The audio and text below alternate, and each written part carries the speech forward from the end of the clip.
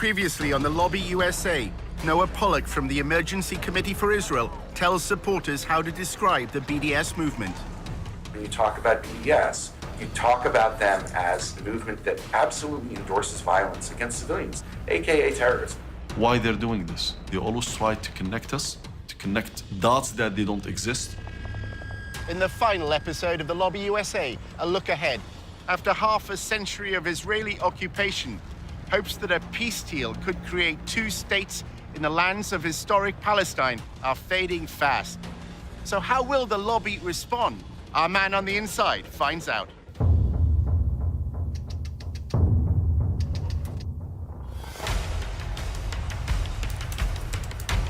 Using an undercover reporter, Al Jazeera's investigative unit infiltrates one of the most powerful lobbies in the world. Getting $38 billion in security aid to Israel matters, which is what AIPAC is doing. We examine how the lobby, led by AIPAC, the American Israel Public Affairs Committee, has secured unwavering support in Congress. Congressmen don't do anything unless you pressure them. And the only way to do that is with money. What the lobby is all about is to make sure that Israel gets special treatment from the United States forever. But after occupying Palestinian lands for half a century, the pro-Israel lobby is facing a new challenge. We called for a full boycott of Israel, divesting from it, and eventually imposing sanctions on it to achieve UN-stipulated rights of the Palestinian people. A movement to boycott, divest, and impose sanctions on Israel, BDS, was formed on American campuses. It seems to be achieving its goals. It threatens future American support for Israel. We believe in justice for all people. That means the occupation has to end. Israel's Ministry of Strategic Affairs responded with a covert operation to defeat BDS. אתה צריך לעשות את זה עם הרבה מאוד עמימות. זה לא גוף צבאי היררכי שאם הרגנו את X, אז כל הגוף מתחתיו לא פועל. The Israeli government leverages Jewish organizations in the diaspora. Absolutely. It's a psychological campaign involving spying and smears. You discredit the messenger as a way of discrediting the message. Just stay on message. And what is that message? BDS is a hate movement. While our reporter monitored pro-Israel groups, he was asked to go undercover for the lobby. You're going into enemy territory. It's not for everybody.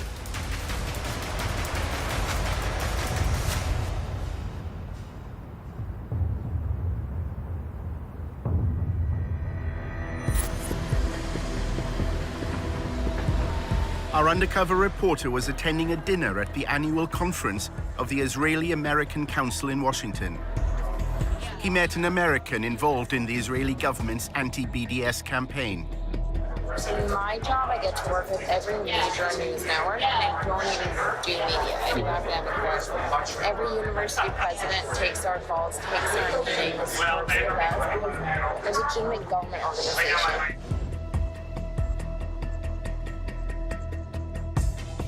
The discussion was dominated by the boycott, divestment, and sanctions movement. So many organizations focus on BDS, but for the most part, when it comes to BDS, we're very behind the scenes. I'm meeting with university presidents, faculty, students, but what they're doing is building relationships with local politicians, making sure that politicians know to turn to them when Israel-sensitive things come to the table. The three-day conference brings together the constellation of pro-Israel lobby groups in the US. On the surface, things seem to be looking good for Israel. Israel's booming. It's the startup nation. More venture capital is going into Israel today than at any other time in history. So why don't we just calm down, realize that BDS is worthless, it's losing, and ignore it.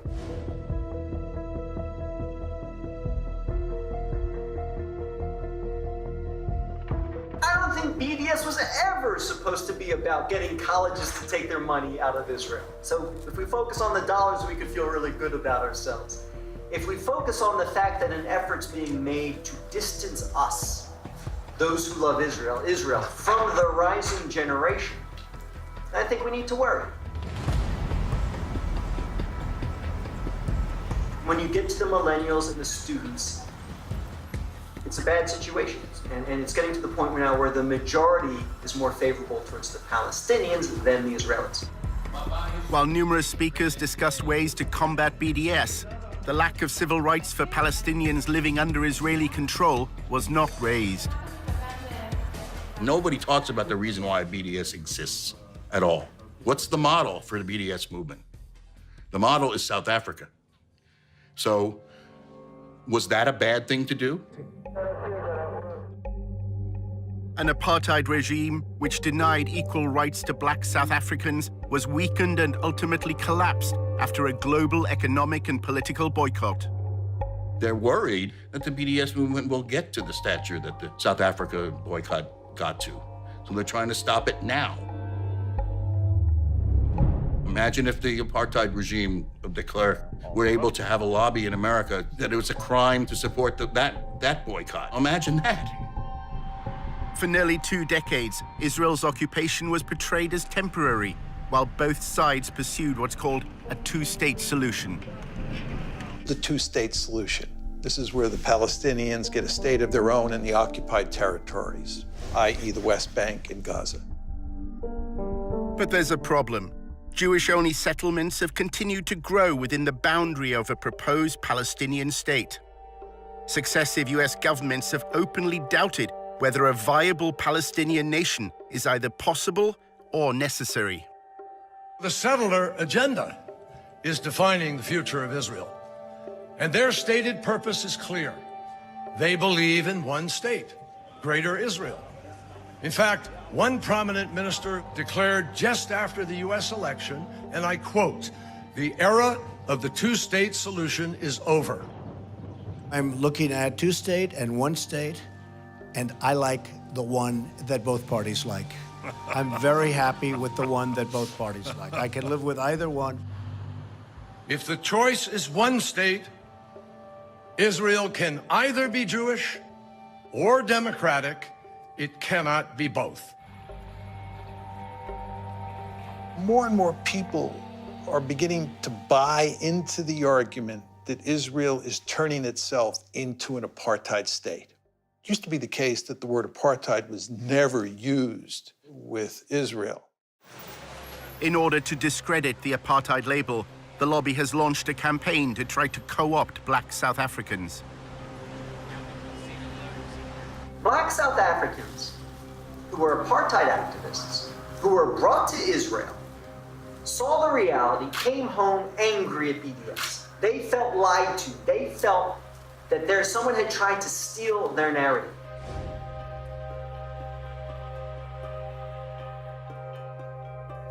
This is an effective tool. Bringing these black South African, former BDS activists, now Israel supporters to American campuses. During his volunteership, Tony learned that the Israel Project has been developing a strategy called Stop Stealing My Apartheid. The plan is to feed articles written by black South Africans into the American media, claiming that BDS has distorted their history. If you're disgusted by segregation in this country, if you're disgusted by South African apartheid, then you should also be disgusted by Israeli apartheid. Another workshop was addressed by Israeli diplomats from consulates in the US. Black Lives Matter had attracted particular criticism after voicing support for the BDS movement. It appears that Israel's diplomats may be trying to challenge the apartheid label by canvassing support amongst African Americans. The major problem of Israel is with the young generation of the black community. Black Lives Matter starts there.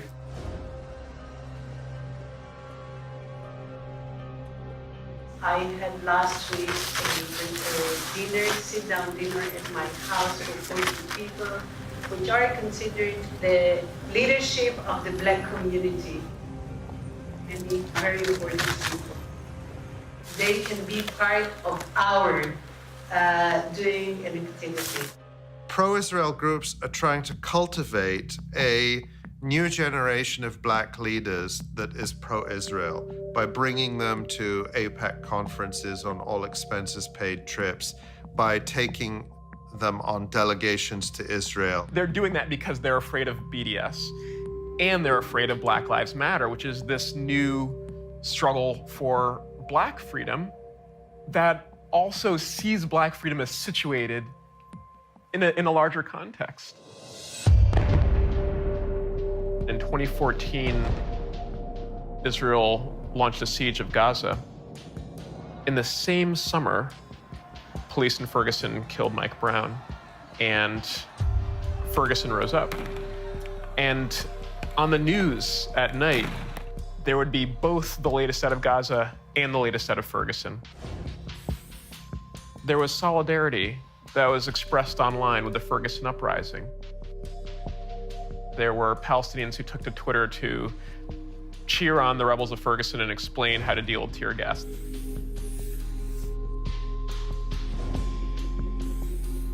Israel's diplomats have responded by evoking the legacy of Martin Luther King, claiming that the campaign for Palestinian civil rights bears no resemblance to the civil rights movement in America. Dr. Clarence B. Jones, who wrote the draft speech for Martin Luther King, I Have a Dream.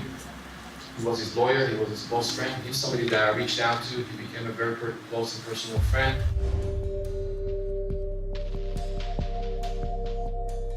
Because of that relationship, he published 3 articles in the Huffington Post explaining why their agenda was hijacked.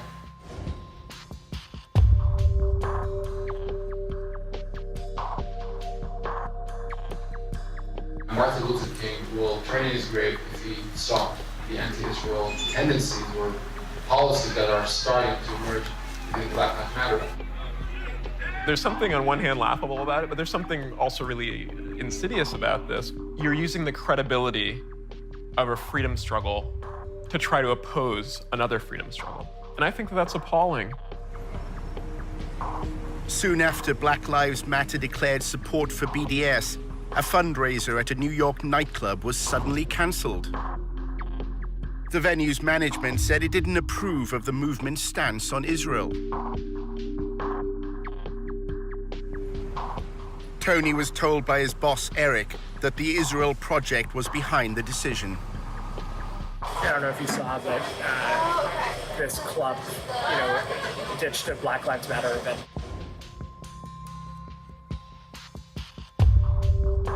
One of our donors, we just put in a call to him, and then he put in a call to the police. Wow, to shut down this Black Lives Matter event. I think it's really appalling that a system in Israel has devised incredible and comprehensive ways to have a violent regime against Palestinians, that they would also invest resources into making sure to shore up support for that oppression here. One evening at the IAC conference, Tony met a prominent activist. He's associated with the hardline trend in the pro-Israel lobby. Noah Pollock argues that tough tactics are needed to counter the apartheid label. The activism has to be very provocative and attention-getting and just total no given. We're going to be more pro-Israel than you can even imagine. Just to provoke everyone.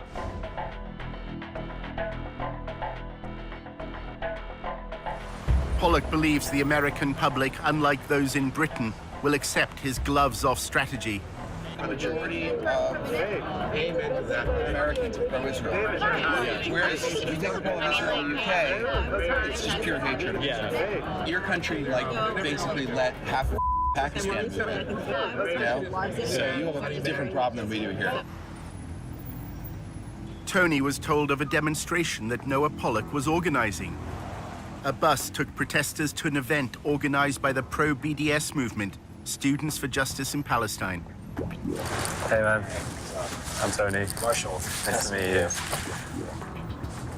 This is one of those things where either it's going to be amazing and we're going to defeat BDS, or we're just broken. Well, you can't beat them, join them. We're obsessed with winning, so I just want to win. So I want to win something. I don't win anymore. The protesters are on a fellowship program run by a conservative think tank called the Hoover Institution. The whole fellowship is describing as you guys are being foot soldiers of conservatism. This is actually the first foot soldier activity that I think we've been forced to do.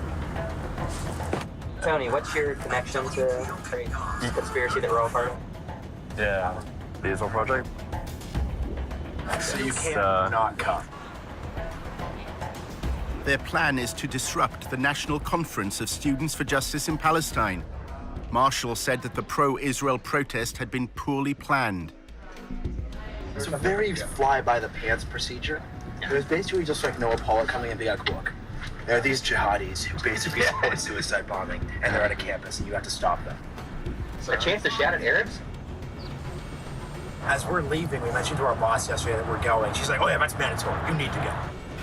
While they've been told they have to take part in the protest, not everyone on the bus is convinced it's good for their reputation. Do you know what my worst nightmare is? I'm actually not kidding. It's a photo of Dion and I together.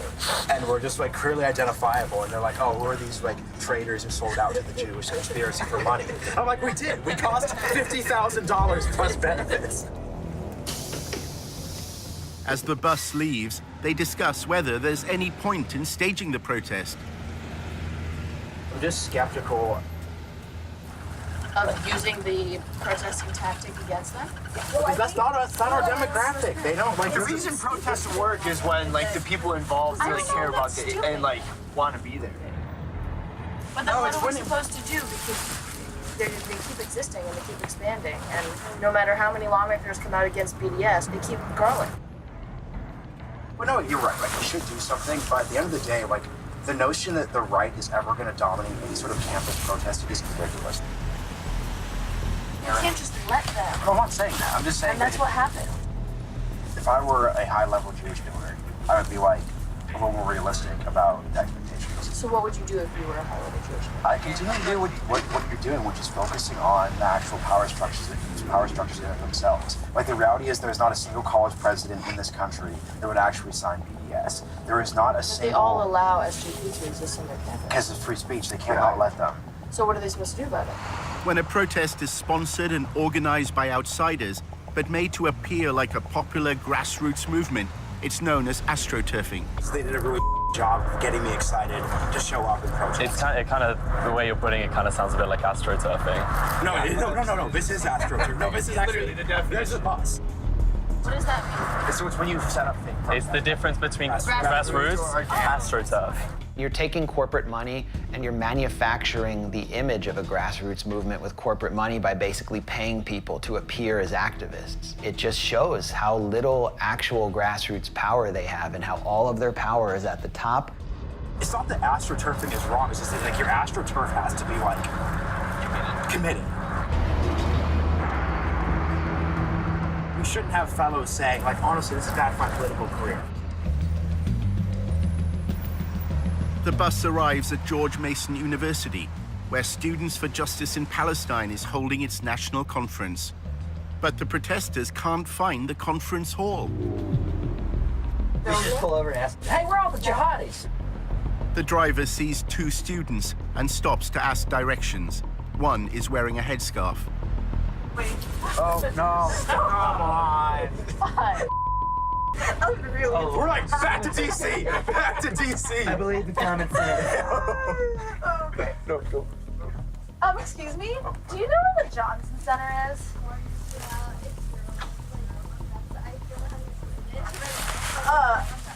Okay, just like go back down this. Okay, thank you. That was problematic. So this is off to a good start.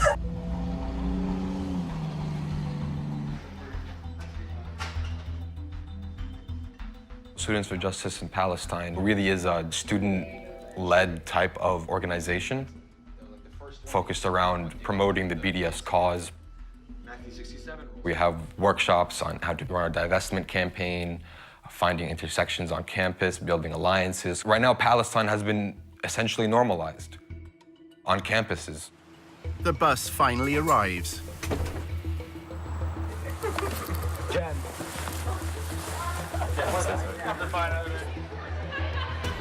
Noah Pollock's protest is not a student event.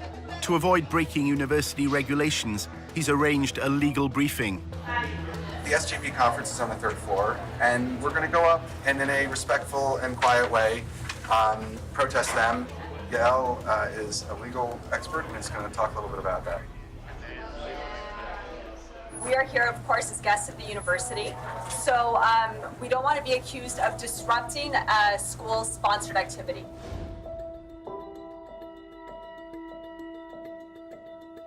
It is against the law to use abusive or violent language. So we're going to use peaceful, good language. If we see that they're doing anything that is bad behavior, don't engage, remain calm. If you do happen to speak with any reporters, just stay on message. And what is that message? SJP is a hate group. BDS is a hate movement. The only other thing you probably want to mention is that SJP endorses violence, terrorism, things like that. And you guys are going to be great. We're not there to provoke. We're not there to have any sort of incident at all. We're nice people. Tony's group of protesters then faced another obstacle. Wow, I don't know if you guys heard, we were stuck in an elevator. Yeah, I really like the area. With all the signs. They shut us in an elevator. They had someone on the inside.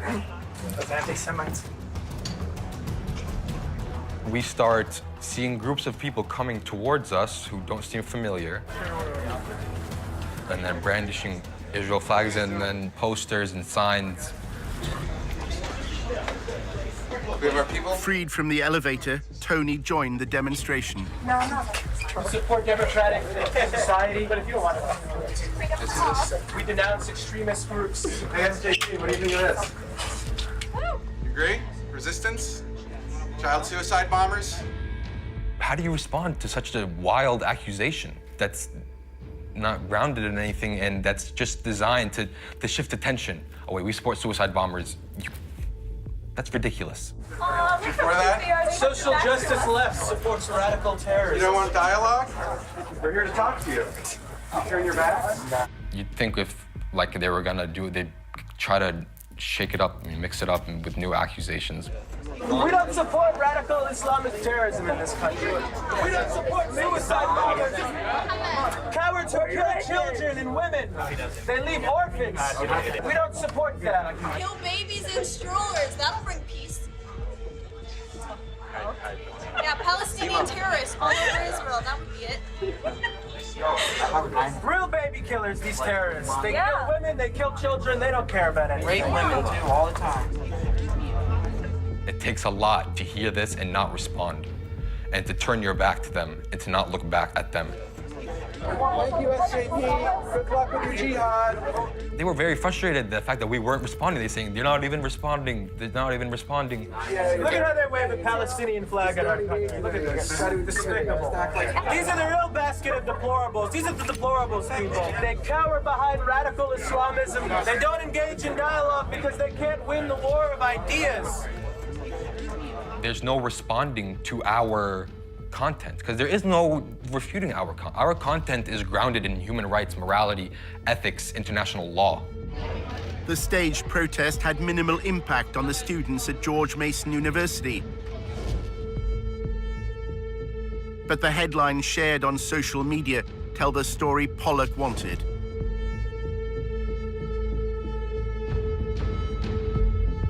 Yeah, let's head back to headquarters for debriefing and cocktails. In part 2, a looming crisis for the lobby. AIPAC is not representative of the American Jewish community. There used to be actually widespread public support for Israel in the United States. The foundation that AIPAC sat on is rotting.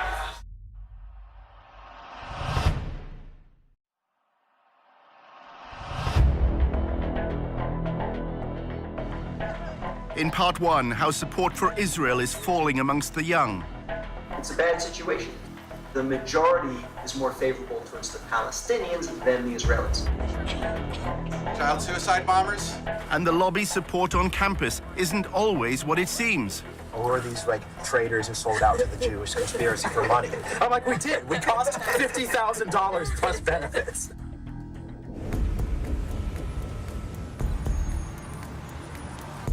Tony went to see his boss at the Israel Project, which is known as TIP, for brunch. Eric told him why Jerusalem is a favorite hub for journalists covering the Middle East. One of the reasons why Israel's covered disproportionately is the overwhelming majority of journalists covering the Middle East are based in Jerusalem.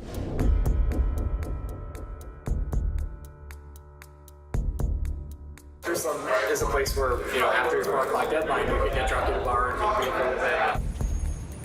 Tip is laying the groundwork in the media for a future war between Israel and Hezbollah. We're preparing for the worst case scenario. If it happens, we have to be ready because that war will be won and lost, the court of public opinion, not the battlefield. Journalists based in Jerusalem would likely cover that war. The Israel Project has an office there. We have an enormous interest in affecting the people who are on the ground there, and that's what they do. They build relationships with people who give them information that they can then feed to journalists who we're building relationships with. And so Lure is a staff of about like 20 people.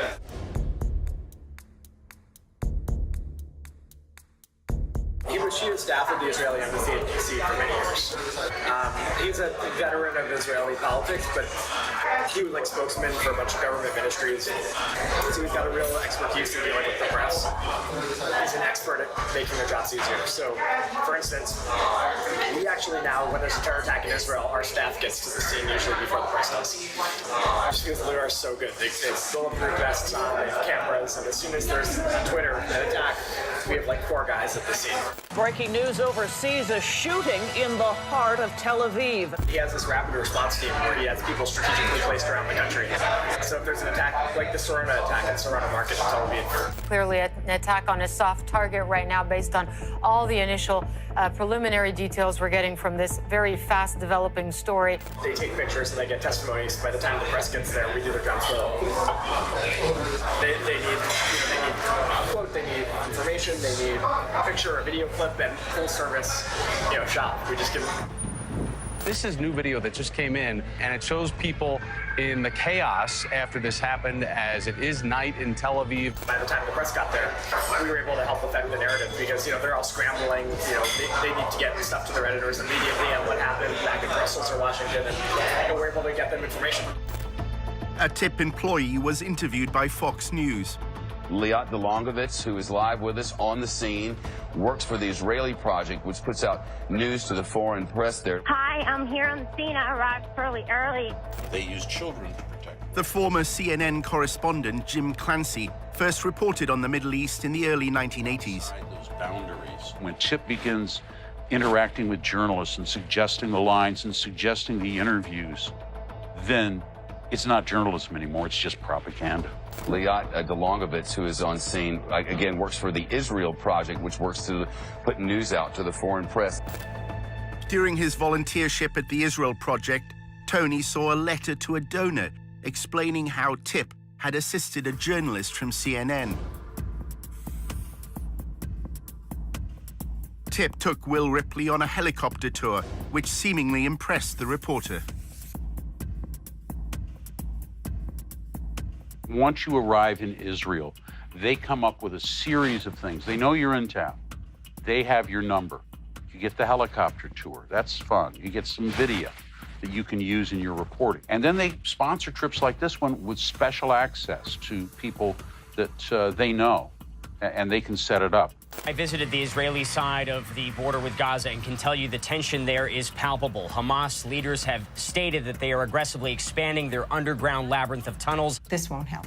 The safe room won't protect you from a tunnel attack. Not from that. It's a very compelling report, but it's based on an absolute lie. And there are even reports from some residents they are hearing digging underground. The premise of the report is that Palestinians are digging tunnels in order to come up into the bedrooms of Israeli children and to kidnap them or kill them or terrorize them. The document Tony saw claimed the TIP's influence created one of the fairest reports on Israel shown recently on a major broadcaster. For those living close to Gaza, it seems only a matter of time before it happens again. It keeps me awake at night. There isn't one recorded case of these tunnels being used to attack Israeli civilians. The report was presented solely from one side. The Israel Defense Forces say the average Hamas tunnel is 3 kilometers, nearly 2 miles, costing millions of dollars and tons of valuable concrete, resources badly needed by the long-suffering people of Gaza to rebuild their cities. TIP fully knows that if you're the journalist in Gaza who's doing a report with Hamas sources, your office is damn well going to require that you put in an Israeli voice to counter some of the things that are said there. They well know that if you are on the Israeli side doing a report with mostly Israeli sources, that same pressure will not be applied. You will be allowed to go ahead without trying to get the other side of the story. Why is that? That's because TIP is powerful, and they're going to hold journalists to account. Dedicated to changing people's minds. TIP's promotional video explains its role. We don't attack the media. We become a trusted partner and resource, bringing integrity and facts to the coverage. After an exchange of tweets concerning the Charlie Hebdo attacks in 2015, Clancy left CNN.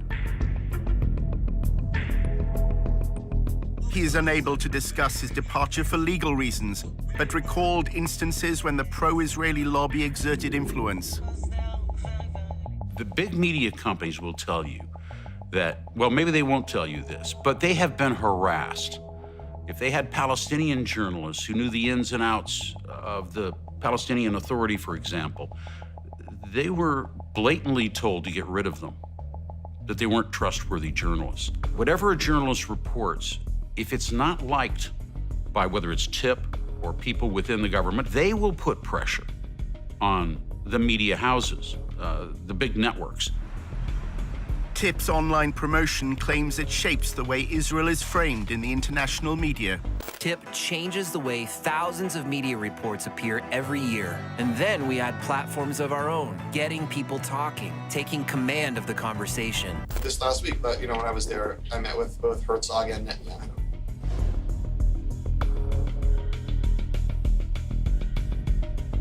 We exist to kind of articulate the reasons that the notion of a Jewish state is a good thing for us as Americans, and it's a good thing for Jews, and a good thing for Israel, and a good thing for the West, and a good thing for everybody. Block describes the pro-Israel lobby as a three-legged stool, propped up by influencing Congress, shaping policy through think tanks, and thirdly, TIP's role, managing the public discourse. You've got the lobbying, the politics, and you've got the ideas and think tanks, but you can't define the meaning of those ideas. Other people are doing it for you, then the third leg of the stool isn't there and it falls over. He's brilliant in like a mad scientist sort of way. He was AIPAC spokesman, and he was like the troublemaker. He's always breaking the rules, but always getting done. He's very effective at strategic communications and dealing with journalists. At AIPAC, he was the man. I mean, he could get anything on the front page of the Washington Post. The most effective thing you can do in Washington is both explain your point of view and explain why other people disagree with it. Everybody knows that people come with perspectives. Reporters and people, we live in a sophisticated world. But the question is, are you credible? The Israel Project gained notoriety in 2009 after an internal policy document was leaked. It was a phrase book for pro-Israel advocates. Key phrases, words that work, were determined from focus groups. Israel wants peace. I want peace. We want to move forward in peace. We want to start negotiations immediately.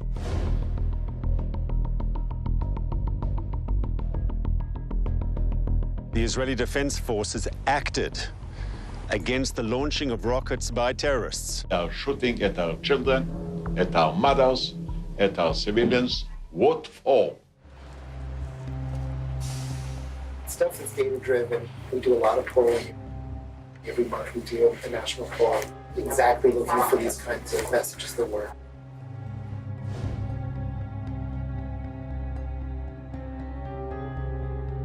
We know that people use mostly from significant ones. So the headlines are very, very carefully messaged.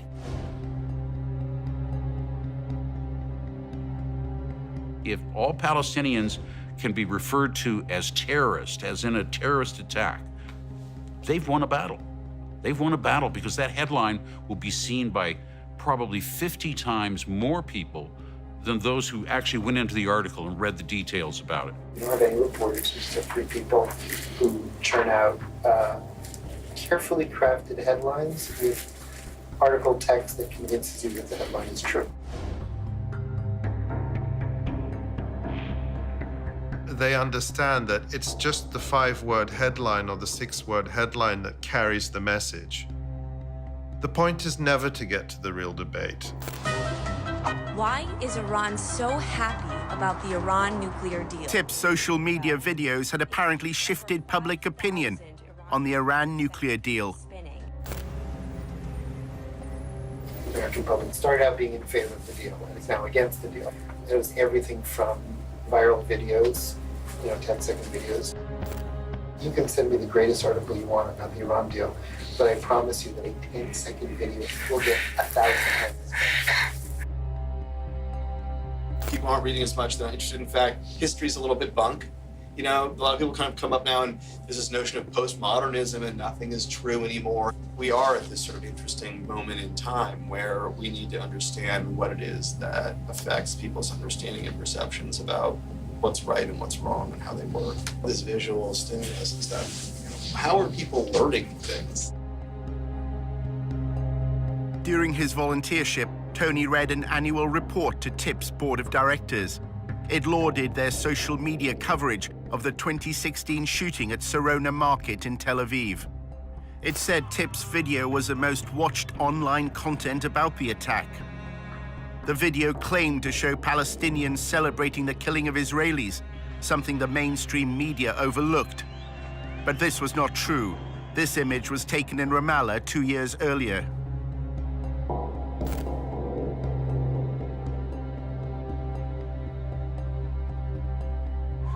There are also other things that we do that are completely off the radar. When we work together with a lot of other organizations, we produce content that they then publish with their own name on it. The Israel Project is supplying what it calls white label, that is unbranded content, to other outlets. We're putting together a lot of pro-Israel media through various social media channels that aren't the Israel Project's channel.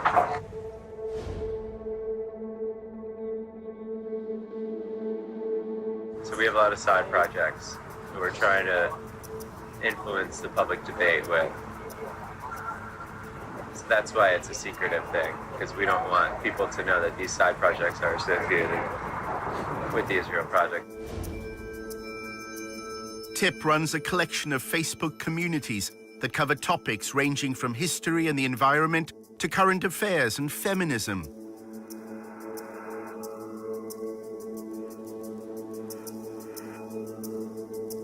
But their affiliations to the Israel Project are deliberately vague.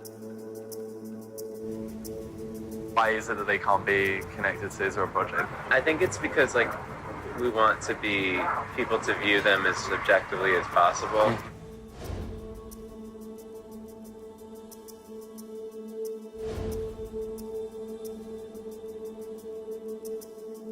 We have a team of 13 people, and we're working on a lot of videos, explainers. A lot of it is just random topics, and then maybe 25% of it would be Israel or Jewish based.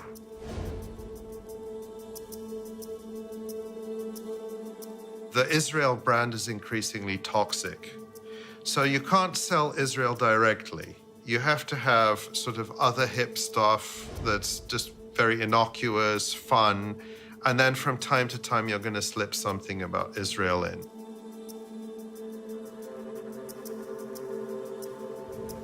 Is the idea of that all the rest of the non-Israel stuff is to allow the Israel stuff to pass better? That's the key thing? Just that we want to blend in everything. TIP's mission is to eliminate any mention of apartheid and occupation. Don't look here, look over here. The visual medium is trumping words. More image, more visual, more accessible, non-heavy thinking stuff.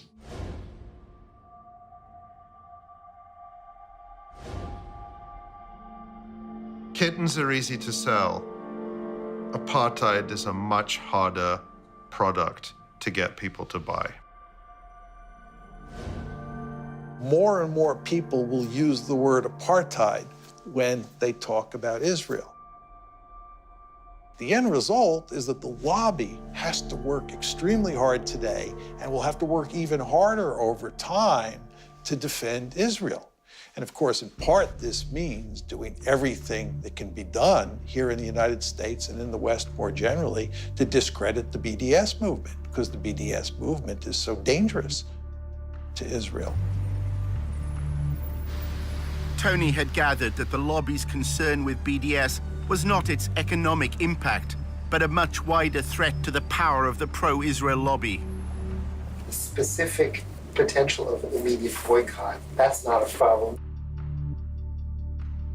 It's a bigger problem is the Democratic Party, the Bernie Sanders people, bringing all these anti-Israel people in the Democratic Party.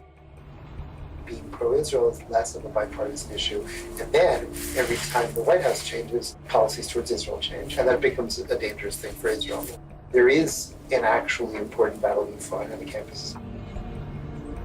For half a century, bipartisanship has been the cornerstone of AIPAC's success, as its website video explains. By some measures, Democrats and Republicans are more divided today than at any other time in the last 2 decades.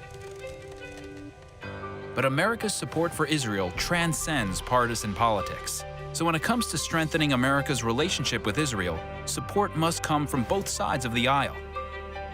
That's where AIPAC comes in. What's begun to happen over the past decade is that support for Israel has begun to wither away in the Democratic Party. And in contrast, support for Israel in the Republican Party has begun to increase. And what you see is there is a substantial difference today in support for Israel in the two parties.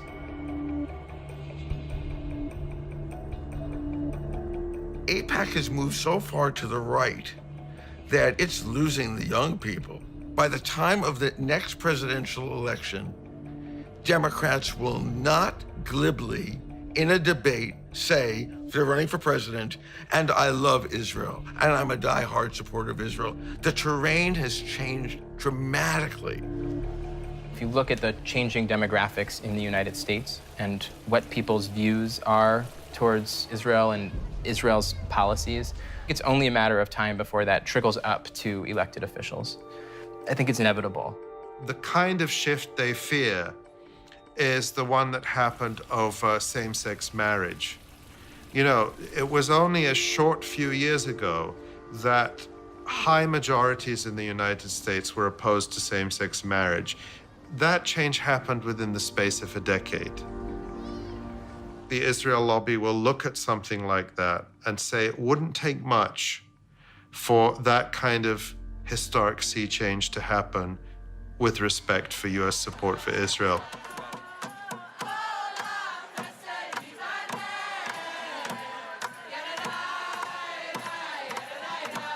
Outside AIPAC's 2017 annual conference, the first protesters were American Jews.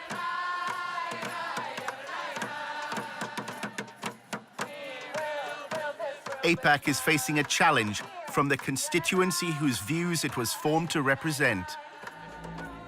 AIPAC does not represent the American Jewish community.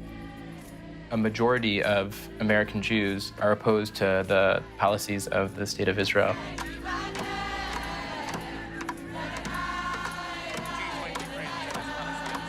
You do not represent the best of the Jewish prophetic tradition, and we here to bear witness to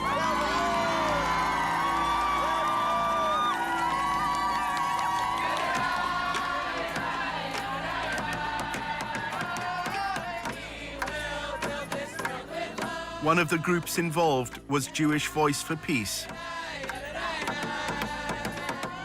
The work that Jewish Voice for Peace does is grounded in Jewish tradition, the most basic Jewish and human values that every single person has inherent worth and dignity and should be treated with respect.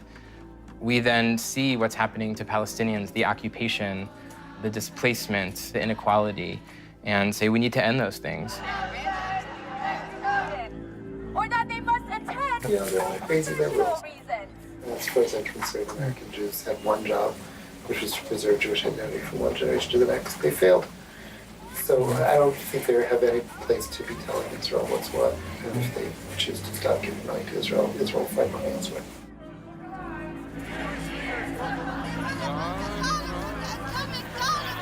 There were few pro-Israel demonstrators. Most wanted to project their strength through Israel's relationship with the United States.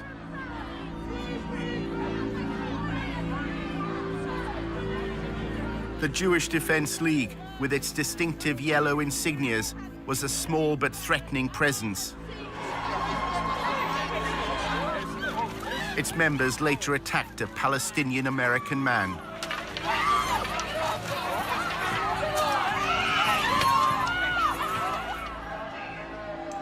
There's all sorts of survey data. For American Jews under the age of 30, only 32% said that a close attachment to Israel was important to them in terms of what it meant to be Jewish. The more and more young American Jews become aware of what the Israelis are doing to the Palestinians and how indefensible that is, at least in terms of Western values, the more difficult it will be to get those younger American Jews to feel a deep commitment to the state of Israel. I can't breathe! I can't move it! American Jews are even taking their protest to Jerusalem. The Israeli government official who launched a covert campaign to spy on American citizens recognizes that Israel is facing a generational time bomb. אנחנו היום, לא רק שאיבדנו את הדור השני של היהודים, שזה דור המילניום של היהודים, אני שומעת את זה מההורים שלהם שבאים להיפגש איתי ומסבירים לי כמה קשה להם בארוחות שישי מול הילדים שלהם. שלא מכירים במדינת ישראל ולא רואים בנו איזה אנטיטי שצריך להריץ אותו.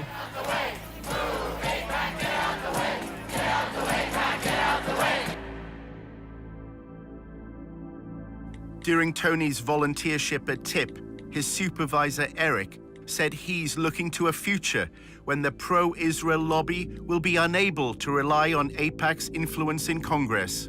He said they faced a major challenge and a big bowling ball was being hurled towards them. They needed to get on the bowling ball and start dancing.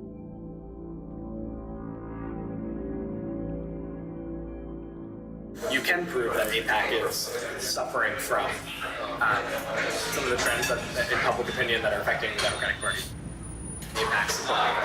It's slipping very, very quickly among Democrats. They're not going to be able to maintain the bipartisan support. So I always say that the foundation that AIPAC sat on is rotting. And that's, there used to be actually widespread public support for Israel in the United States. And so I don't think that AIPAC is going to remain as influential as it is. I don't think AIPAC's the tip of the spear anymore, which is worrisome because who is?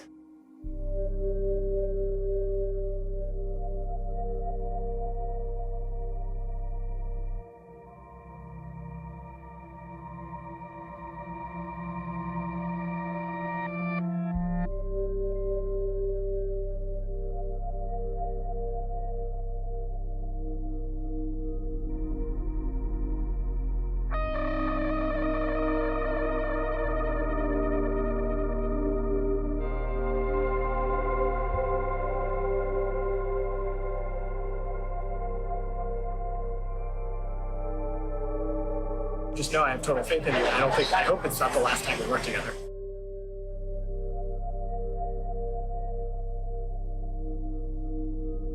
Full disclosure, I would love it if you came to work for me. I need someone who is like a team player, hardworking, excited, passionate, curious, well-rounded, well-spoken, well-written. You're all of those things.